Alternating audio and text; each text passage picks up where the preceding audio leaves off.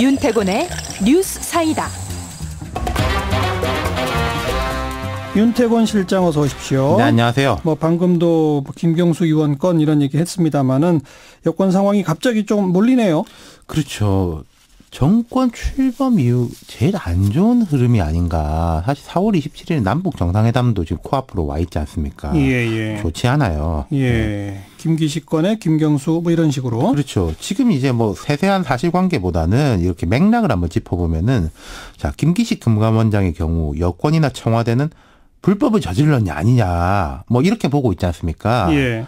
그런데 과연 그 입장이 잘 먹혀드느냐? 김 원장이 처해 있는 문제는 프레임 이런 말을 적용해 보자면은 내로남불, 위선 이런 프레임에 걸려 있는 거거든요. 예. 이게 법적으로 문제가 없다. 그러니까 문제 없다. 이렇게 작용하는 게 아니라요. 예. 거의 그에 대한 이제 대응 논리가 삼성의 공작이다.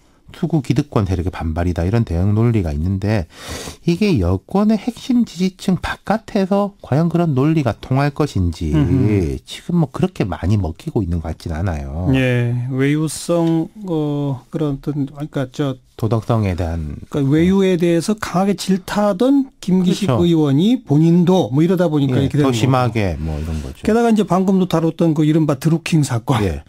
이 역시 보면은 평창 동계올림픽 관련 기사에 대한 댓글 찬반 조작으로 좁혀보고 있거든요. 우원식 원내대표나 추미애 대표 같은 경우에 우리가 피해자다. 근데 김경수 의원하고 그 드루킹이라는 사람이 의논해가지고 일부러 정부 비난 여론을 증폭시켰다? 이렇게 보는 사람은 아무도 없습니다. 야당도 그런 주장을 안 해요. 그건 말이 안 되죠. 예, 그러니까 야당이 제기하는 핵심은 대선 시기 등을 포함해가지고 이 드루킹이라는 사람이 온라인상으로 3,000명, 오프라인에 한 500명을 이제 좌지우지한 사람이라고 하는데 점조직으로 여론 형성에 조직적으로 개입했느냐. 여권 핵심이 여기에 연루돼 있느냐. 이게 핵심 논점 아니겠어요. 저도 방금 인터뷰에서 바로 그 점을 이제 계속 캐물은 셈인데. 네. 자기들은 전혀 지금 아직 그렇지 않다고 본다. 네. 조사해 봐야 되겠다. 그렇죠. 지금 이런 거죠. 그러니까 오늘 김경수 의원도 좀 전에 이제 그 기자회견을 했습니다마는 두 번째 기자회견이죠. 예. 언젠가부터 무리한 요구 오사카 총영사를 추천하고 그래서 자기가 그건 이제 인사수석실에 전달했는데 안 됐다. 그리고 민정수석실 또 행정관 추천해가 여기서부터 아니다라고 해서 끊었다. 근데 그럼 야당은 그 끊어지기 전에는 어떤 관계였냐, 좋은 관계였냐, 어떻게 해가지고 좋은 관계가 형성이 됐냐 이런 공세를 당연하게 펴는 거 아니겠습니까? 그리고 별거 아닌 관계였다면 그런 자리 요구까지 하겠느냐, 이런 거 들고 나오는 거겠죠. 그렇죠. 네. 그리고 이제 김경수 의원이 저도 개인적으로 잘 아는데 이제 여야 막론하고 김경수 의원 개인에 대한 평가는 되게 높아요. 인품이나 행동 거지가 상당히 깔끔하거든요. 하지만 김 의원의 상징성은 대통령의 최측근이라는 상징성이지 않습니까? 그렇죠. 그 야당은 댓글, 온라인 여론 이런 쪽에 대해서는 상당한 피해의식 같은 게 있어요, 사실. 온라인은 계속 우리가 밀려왔다. 그러면서 그동안에도 이런 거 아니래도 댓글 부대, 조작 이런 식의 그 의혹들을 많이 제기했었지 않습니까? 그래서 이 사건을 국정원 댓글 조작하고 비교하는 건 말이 안 되고요. 그거는 이제 공권력이 이렇게 동원이 된 거고. 과거 디도스 공격 사건하고 유사성을 보는 시각은 좀 있어요. 아, 디도스 공격. 그렇죠. 중앙선관위 홈페이지를 마비시키려고. 그래가지고 이제 서울시장 선거 방해하려는 당시에 이제 여권 말단하고 그 지인들이 선관위 디도스 공격을 모의해서 실제 일부 실행을 했다. 야당이 맹공 가했죠. 그랬죠. 당연한 거죠. 특검까지 갔는데 결과적으로는 윗선과 관계는 밝혀지지 않았어요. 그런데 그로 인해서 홍준표 한나라당 대표 물러나고 비대위 체제 들어서고 막 그랬거든요. 그랬었죠. 네. 어쨌건 지금 이 김기식 건, 김경수 건 이런 게 우연히 겹치는 거겠죠? 그렇죠. 두 문제 사이에 직접 연관성은 없는데 근데 맥락상 보면은 여권이 처해 있는 어떤 구조적 문제들은 엿보여요.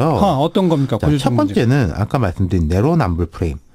여당이 지금까지 계속 도덕성에 대한 우위를 강조했었지 않습니까? 우리는 저 사람들하고 다르다. 과거 정권하고는 다르다.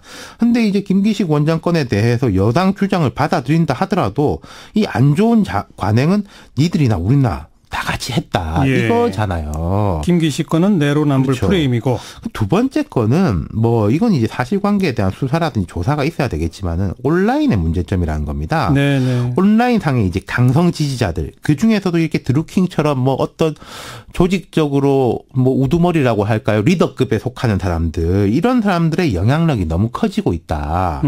부작용이 있다는 경고음은 사실 한참 전에 들어왔습니다. 예. 그리고 지금 보면 뭐 드루킹 이 사람이 옛날에도 황당한 이야기 많이 했다 이런 알고 보니 그랬다는 게 많이 나오잖아요. 그때도 그렇죠. 우리 이상하게 생각했다. 그런데 선거 때는 이런 사람들이 당장에 우리 뭐 지지해주고 상대 후보 비판하고 그러니까 이제 그냥 두고 보거나 나아가서 편등하는 경우들이 지금도 보인다는 거죠. 네네. 그러니까 두 사건 자체도 문제긴 하지만은 이번 일을 계기로 해서 여권에서는 이 두 가지 지점들 그 내로남불 케이스하고 온라인 여론과의 이제 건강한 관계 형성 여기에 대해서는 좀 깊은 고민이 필요해 보입니다. 그래야 되겠죠. 예.